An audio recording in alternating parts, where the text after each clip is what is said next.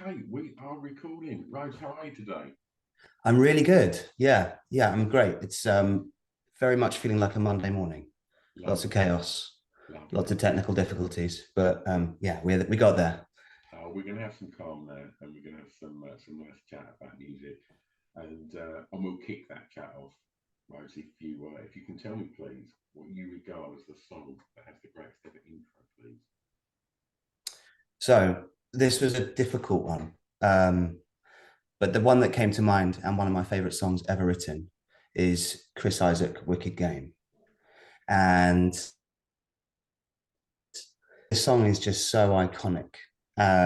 It's hypnotizing and haunting, and you're just in the song straight away. And yeah, I just think, whenever this song comes on, you just kind of immediately drawn into the moment of the song. And the intro is also really long. Like you kind of expect it to end halfway through the intro, but it doesn't. It just keeps going and it just kind of weaves through the chord progression, which kind of stays for the whole song. It's just like three chords the whole way through, I think. And that guitar just carries you in hypnosis Yeah, through the whole song. But yeah, man. I mean, that's my pick. That's my pick for the best intro ever. it's a really gentle and beautiful start to a ridiculously beautiful record. It's just that little kind of that. I guess Chris Isaac was very much kind of influenced by sort of like the kind of sort of late 50s, 60s rock and roll. Yeah. And I mean, I don't know, you're probably way too young to remember this, but because that was written for a film. Was it And written for a film? Okay, I didn't realize. I knew it was in a film, and that's the one it got its big kind of moment. maybe it wasn't written for that, but I know that on the cover of the 7 inch of it is Yeah, the artwork from the David Lynch film Wild at Heart. yeah, yeah. And it definitely, if it wasn't written for that, it got global exposure because of that, you know. It's like it's funny with moments like that because it's almost like they were meant to be. If it wasn't written for the song, like you just said, if it wasn't written for the film, it kind of the universe allowed for that to happen and just kind of made sure that that song existed for the film. Absolutely. But yeah, I was reading an interview with the guitar player of Chris Isaac's band who kind of came up with the the lead sort of the slide guitar thing. And it was just super interesting because he was kind of talking about how a lot of the songs would have these very simple chord progressions. Um, and then the vocal melody would sort of like evolve throughout the song. And he would sort of try and pick out parts of the vocal melody and, try and basically weave these guitar lines into a lot of the songs that did exactly. I mean, this is the best example of it. But it just, yeah, being a guitarist myself and growing up trying to learn how to write guitar parts. Yeah, it's genius. It's really genius. I think the guitarist's name is James Wilty. Um, but yeah, genius. Absolutely. You mentioned that it's a long intro, and I'm interested to get your kind of take on this.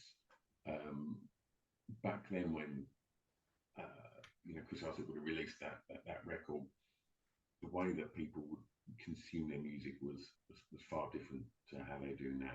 And you could Yeah. be more generous with the intros and such. This is pre Spotify and pre TikTok and all of these things that have kind of become more accessible means for people to access music now. But it seems very fast paced and very, Mm.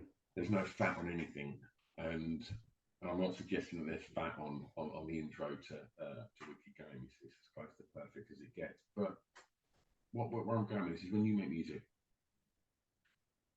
do you how much of these kind of trends and and ways that people are accessing music now and these rapid attention spans now, how much of that filters through into your creative process?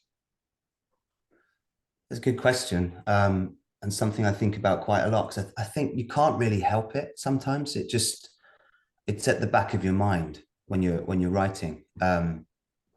and it shouldn't be, but it's just a subconscious kind of new layer of the creative kind of journey when you're in the session or when you're in the studio making a piece of music. um I just did I just finished an album, and the mastering engineer kind of rang us and was like, oh, is that, there's a little bit of chat on the beginning of one of the songs. It's like a part of the iPhone demo recording we did of the very first kind of thing. We thought it would be fun to put it at the beginning of the song. And the mastering engineer contacted us and was like, oh, I think you've accidentally left a bit of chat on the front of the song. Can we remove that? That's meant to be there. That's intentional. But everybody is now considering that. And I think, you know, middle eights are my favorite thing in writing a song. I love writing middle eights. Right. Often, Question then. Quick yeah. question. What's the greatest middle eight? Oh my God, you're really putting me on the spot there. Let's circle back around to that. I need to think about that one. So yeah, that is a really good question though. But I think like with middle eights, often you think you've written a chorus and then you're like, nah, it's a middle eight. Then you have to write another chorus. But people are not putting them in songs anymore, and they're not putting intros on songs, and they're, you know, not doing a double chorus at the end. I don't know.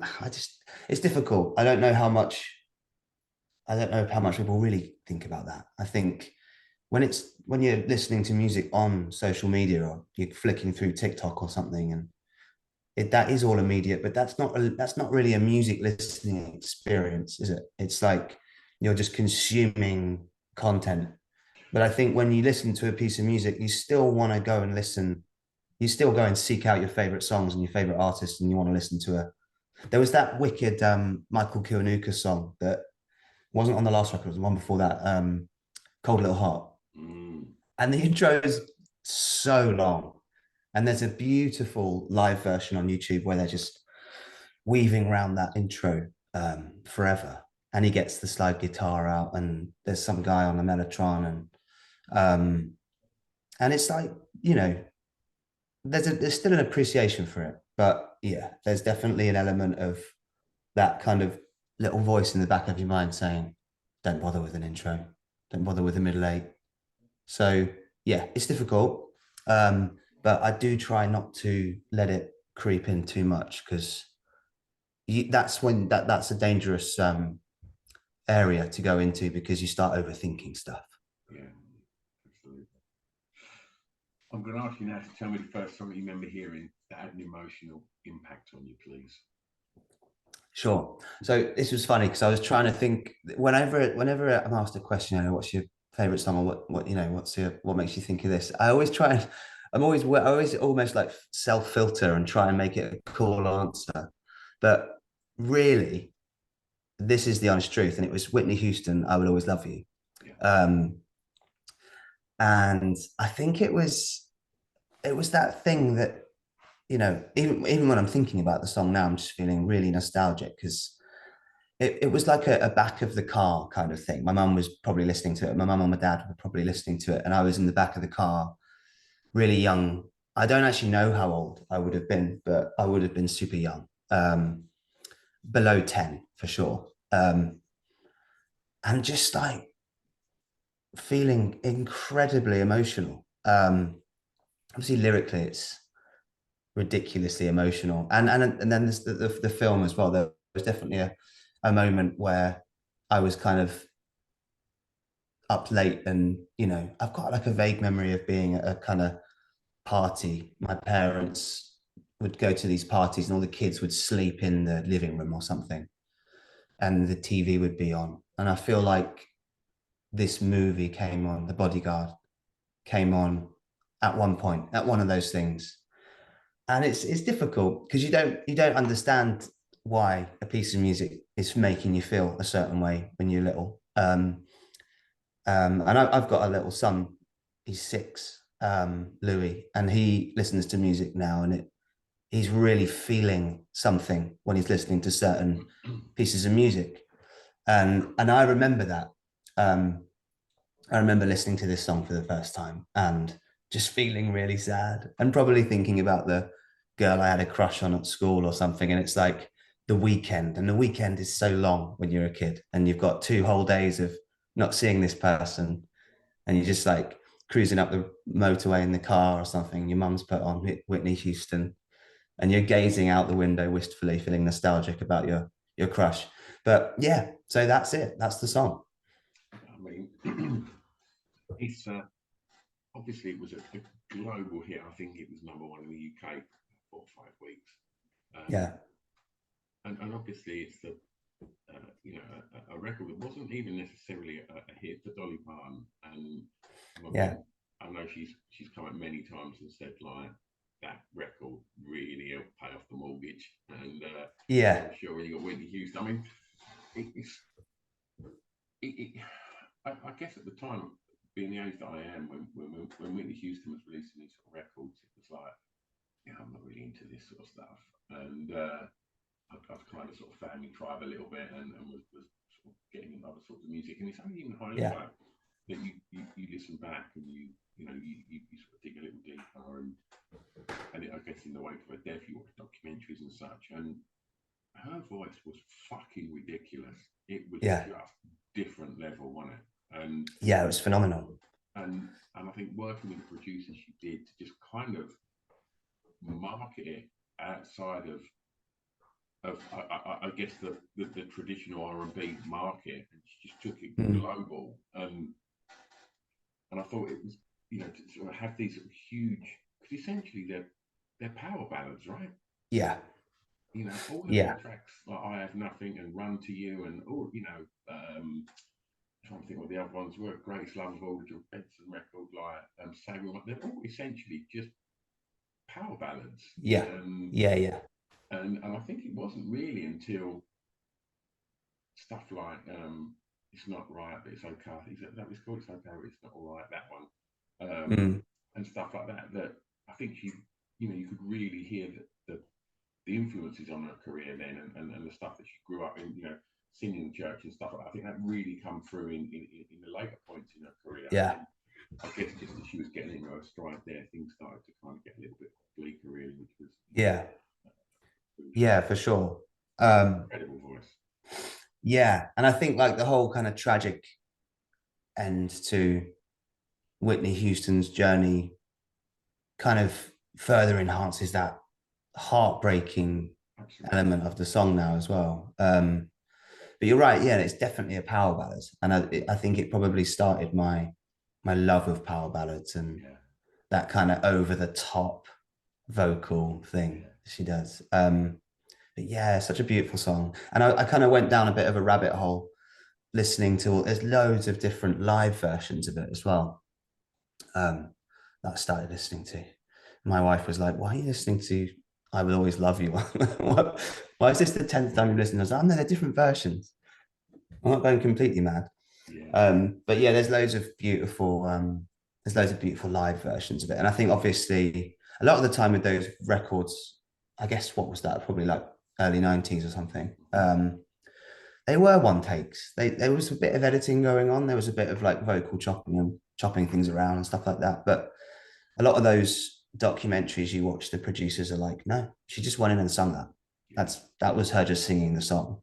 Yeah. And now we do 50 takes of a song, Yeah. choose the best bit of each line, and not always, but I think, you know, there was a magic to that kind of raw, organic, sort of, yeah, analog kind of way of recording music, and just it hits you. It's great.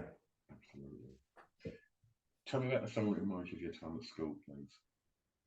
Right. So this one, it's not a song that came out while I was at school. It's actually a really old song, which was a part of my best mate's dad's record collection that we raided when we were probably about 13. And it's by a band called Wishbone Ash, who I think are from Newcastle. I think you're right.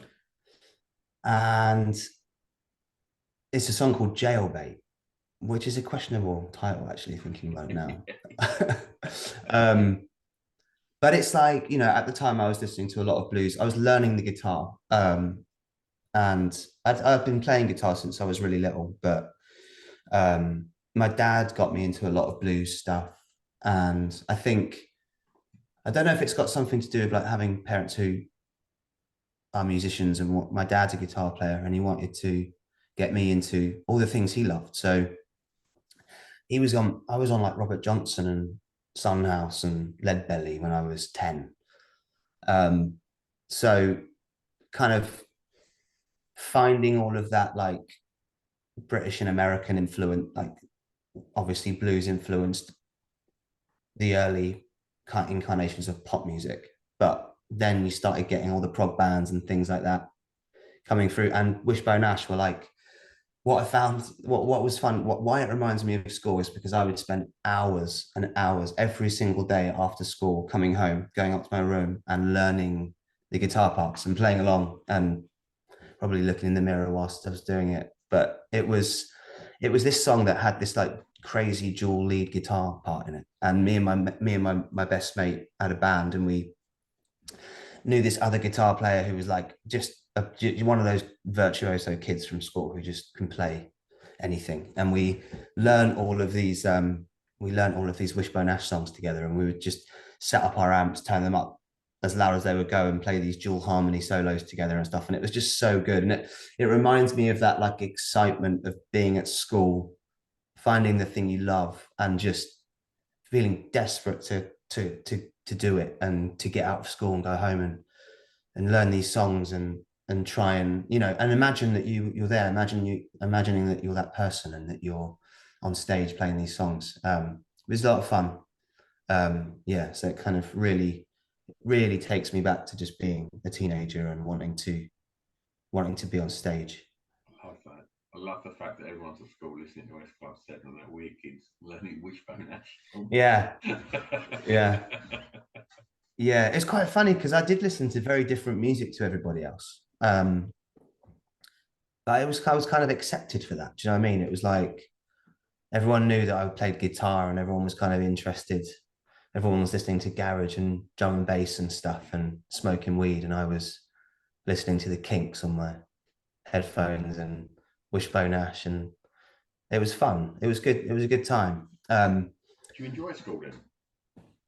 No, I didn't. I think I got through school because of music. I found school really difficult. I have ADHD, and I think, you know, most people with any kind of neurodiversity or, you know, it was difficult for me. I couldn't really apply myself to it at all. Even with music lessons, I never took music lessons. I never took guitar lessons or anything. But music GCSE, I didn't do music GCSE because I just couldn't get my head around the theory of it all. And that's of course what you're graded on.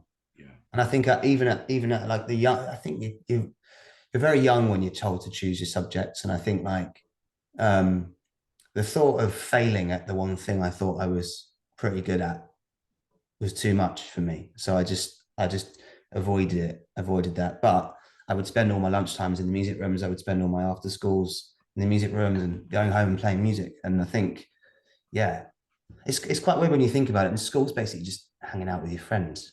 Yeah. So looking back on it, I think I did have a really good time. But in the moment, it was difficult for me. Whereabouts at school? Where did you grow up? So I grew up in a little town called Baldock, which is just about 30 miles north of London. So it's in Hertfordshire. So I went to school in Baldock. We moved around a little bit, just in the kind of surrounding towns and kind of different things. I went to college in a town called Hitchin, which is a great town. And they've got, really sadly, they've got right now they've got Club 85's going, yeah. So that was where we would be there every I think it was Wednesdays, and then Friday, Saturday, Sunday. We would just be in there, jam nights, watching our friends' bands, or we'd be playing with our bands. And so many great musicians and people have come through that venue. But it's very sad to hear that it's going. Because that was a great place to grow up, and I think musically that was the hub. Absolutely, it's a wonderful venue, and it's it's a real shame. I still remember. I don't know if this guy is still the house engineer, but I just remember him telling me every single time I played, he was like, "Turn your amp down, turn your amp down." And he was like, "We haven't even started sound check yet, and you need to turn that amp down." And I was just like, "Well, it's supposed to be loud. It's meant to be loud." But then, like, you know, you do the gig and then you like sneak up on stage and turn it up again to where it was, and then you just like watch a video back and you're like, that does sound awful. You can only hear me. Typical. Okay, tell me the first song you ever buying from a record shop, please.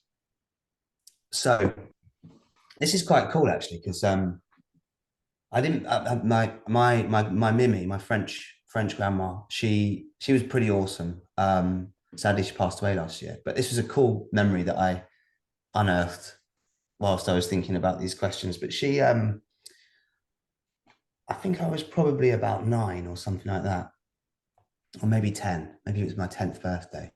So I just started playing guitar, and my dad for my birthday got me like a tape deck so I could like record myself playing guitar. And my Mimi took me out and to it was like a tape cassette deck, and my Mimi took me out to David's Music in Letchworth, which is a town near where I grew up. And it was like that was like an independent record store. I don't know if it's still there. It might be. Um, and she bought me 2 Blur tape cassettes, and I'd not listened to Blur before. I don't really know why she bought those for me. I don't know if they were on offer or something. But one of them was Modern Life is Rubbish.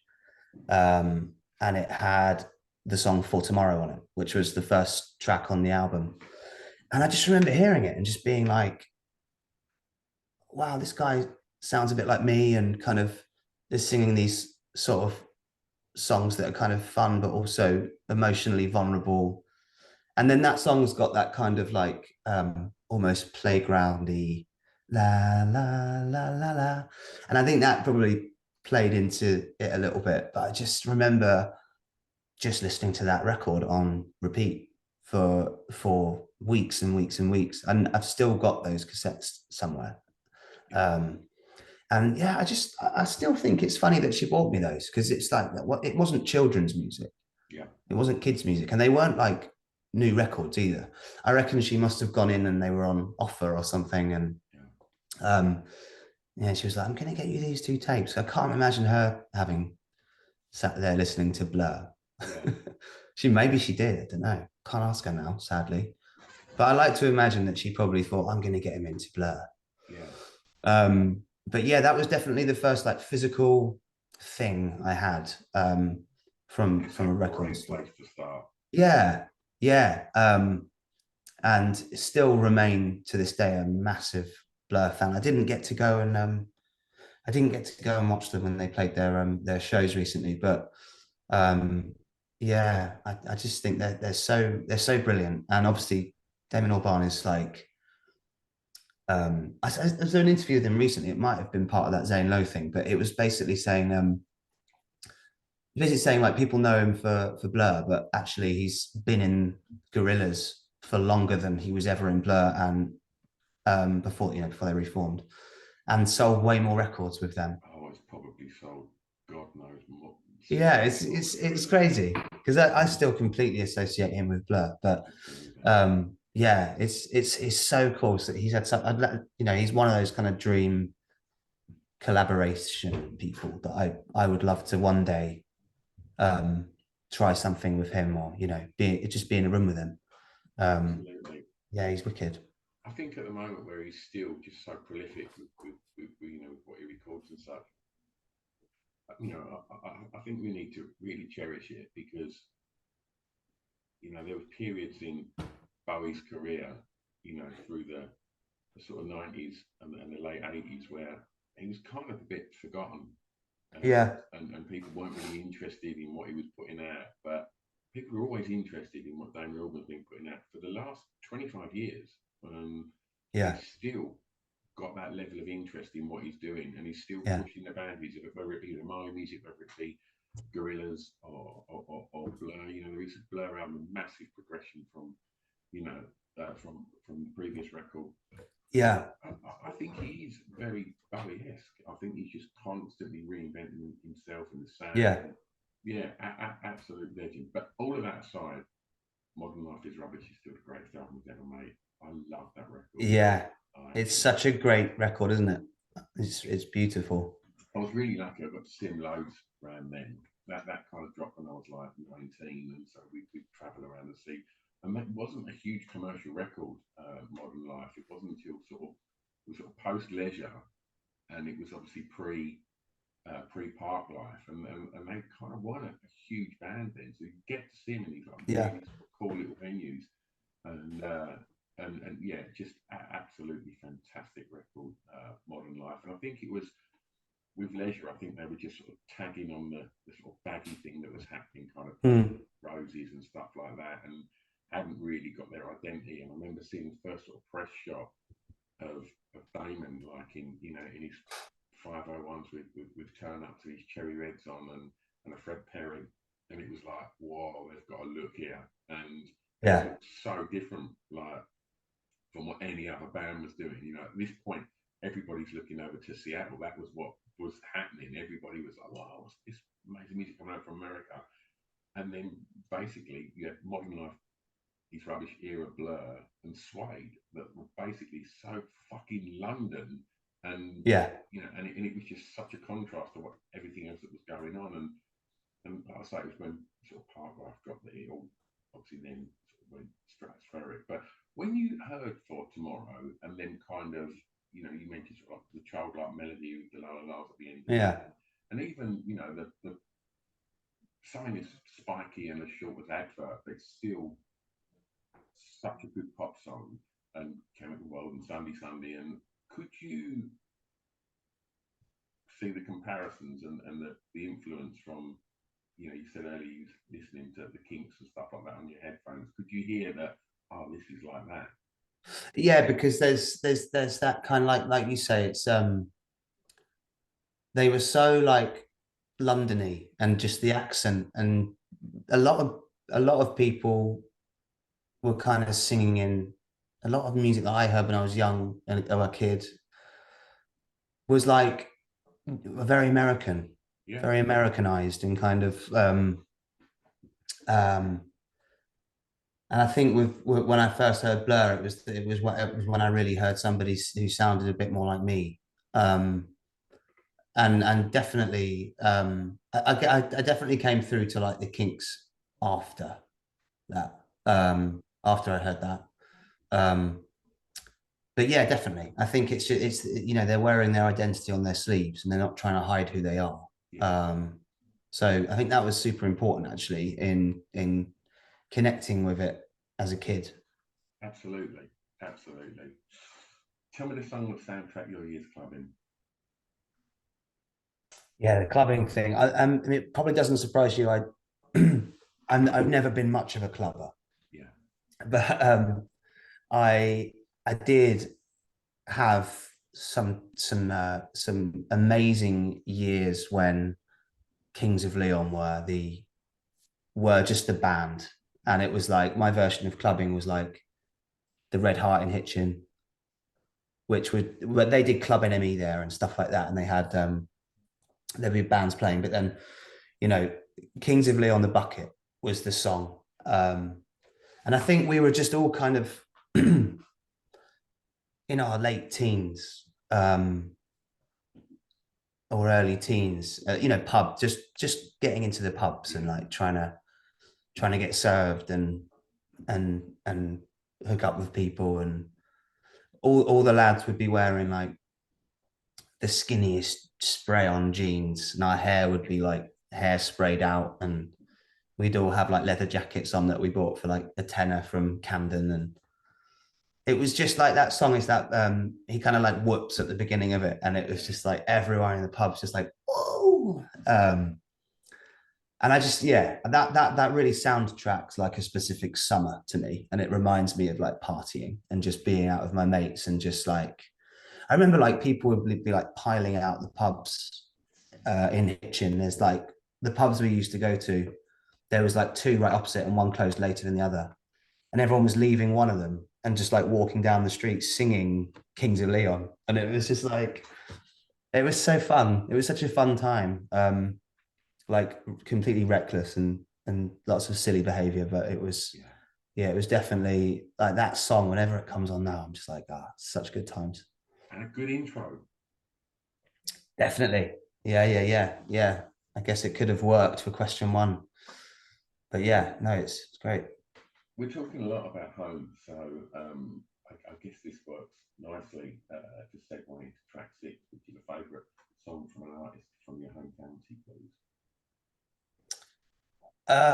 So yeah, so there's a singer called Bill Fay, um, and he's like a British singer songwriter who was quite, I guess, quite.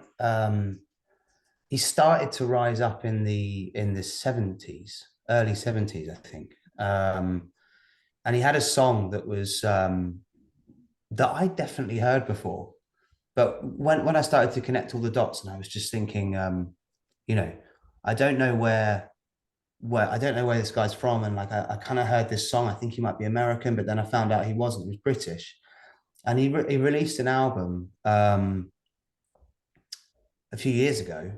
I think he's like well into his late 70s, and it's just one of the most beautiful things I've ever heard.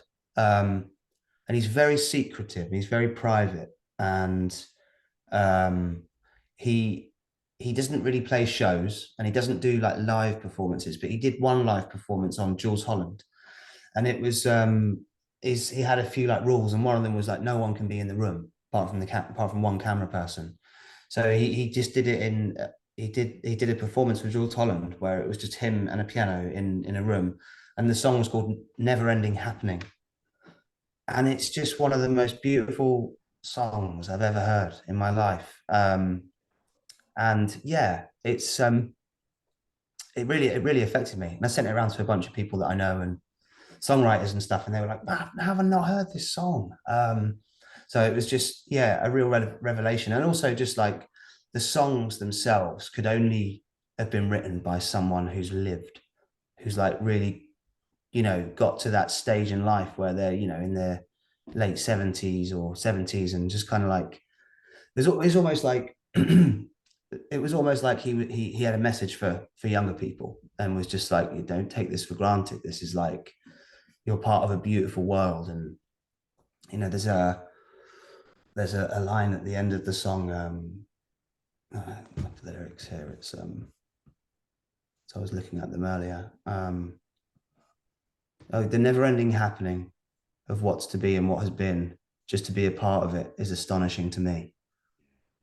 And it's just so beautiful. And I think the live version, I mean, the recorded version is beautiful, but the live version, um, the Jules Holland performance is so hypnotic. It's just one like quite long kind of eight bar piano loop. The whole song is just this thing, but he's playing it with like his arms crossed over, and it's just yeah, it's amazing. So yeah, it was cool finding out that he was kind of from around where I was, and you know, my dad grew up in like Watford and had heard of him, um and it yeah, it was cool. Yeah. But this is the last track, and this is where you get to play Tastemaker. And it's a song that you think many people may not know that you would like them to hear, please. Yeah, so this is one actually by my beautiful wife, Natalia Salter. And do you know what? One of the most amazing things about living with another songwriter is that I get to hear it all unfold and listen to these songs as they're kind of being made and created. And I think it was during the pandemic, we were just messing around, and we were just stuck indoors and writing and bouncing ideas off each other. And then one day she was like, I've got this idea for a song. I don't know if it's any good. Can I play it to you? And she just played it live on the guitar in our flat. And it's called A Million and One. And it's just such a beautiful song, well written, beautiful lyrics, lovely hooks. And I was lucky enough to be in the studio and play a bit of guitar and help her record it. And I think, you know, I know so many wonderful, talented, incredible musicians, and I think the most important thing is great art and great expression. And I think ultimately that will always have its moment. Um, so whenever I can, I always shout from the rooftops about her and what she's up to and what she's doing. And this song in particular, I think, is a beautiful example of what she does. Fantastic. Well, we've spoken about so many people's music. It feels about right that we should actually talk about your music, right? And Fine. and so, what's happening? Tell us what's going to be happening this year. So yeah, I mean, we did I'd put an album out in February this year, and it was crazy because I'd had this huge long journey of between album one and album two. It was just a crazy journey of different things, but a lot of kind of struggle just trying to get through like writing a second album, and not necessarily because I couldn't, but I think perhaps there was a few toxic relationships happening and different things were going on. And it ended up being an extremely long process. So when it came to putting that record out, it was almost like I was already on to the next thing. So I put an album out in February, but I'd also already finished the third kind of album as well. So what's been really lovely about this last year is feeling busy again and having released an album in February and then almost straight into a campaign for another album. So we've released a couple of songs already. Just put one out on Friday called "How I Love You," and so that's been really exciting. And I think the album's going to drop in sort of early next year. So we're doing like singles with like 6 weeks in between, 6 to 8 weeks in between, and just kind of like just putting new music out. So it feels really good. It just feels amazing to be reconnecting with people again. I did a headline tour earlier on in the year around Europe. I just came off the road. I was doing some touring with Christine and the Queens, which was amazing. What's that That like to whole get to watch that show every night? so inspiring. I mean, not only is it like nothing I've ever seen before, in terms of like a gig. It's not really a gig. It's a theater performance. Yeah. It's like you're watching a play in some moments. And I really feel like Red is a true visionary, for what he's doing. And I think being on the road, it was weird because I just rocked up with my Telecaster and kind of did the whole thing. I was like, right, I don't want to go with a band. I don't really want to do anything like too over the top. I think like when you're a support act, you just got to get on there and keep it short and sweet and just make it as unintrusive as possible. But it worked. It really worked. So it was just the crowds were really kind of appreciative of the music and weren't necessarily there just to sort of get on it and party. It wasn't that kind of thing. So that was really good. So yeah, I've just been reconnecting with the audience and getting out there, putting new music out, getting back out on the road. It's all very, very exciting. Done a few collaborations. I just had a collaboration come out with Camel Fat, who are a brilliant kind of I guess like EDM kind of duo, and they're Grammy nominated. And whenever I get to work with people like that, it's kind of like it's sometimes you can feel a little out your depth and a little bit like sure, should I really be here? But then you gotta just seize those moments because what they do is so beautiful, and it's analog, and it's kind of their new album's brilliant, and I'm very honored to be a part of that. I wrote a couple of songs on that as well as the one I featured on, so I'm doing quite a bit of writing just with other people. So yeah, busy, very busy. Fantastic. Well, what we'll do is we always put together a Spotify playlist that includes every track that we've spoken about today, and obviously we'll put your music on there and put the collab with Camouflage on there as well, so people can go and listen to everything that we've spoken about today. And if those people want to keep up to speed with all things Rhodes, where's the best place to do that? Best place to keep up with me is probably Instagram. That's kind of my main hub for information. Okay. Well, And that's yeah. Sorry, go on. Sorry. I think it's at Rhodes Music. I think that's just it. So Instagram is the handle is at Rhodes Music. Wonderful. Well, if it is cool with you, then we'll tag you on this when this episode comes out. So people aren't following you already, then they can do so much. Yeah, awesome. Wonderful stuff. Right, it's been an absolute delight talking records with you, mate. Thank you so much. Yeah, same, man. Thank you so much for having me. I really appreciate it. And it was it was a lovely chat. Thank you. Absolute pleasure. I'm going to press stop. Don't go anywhere.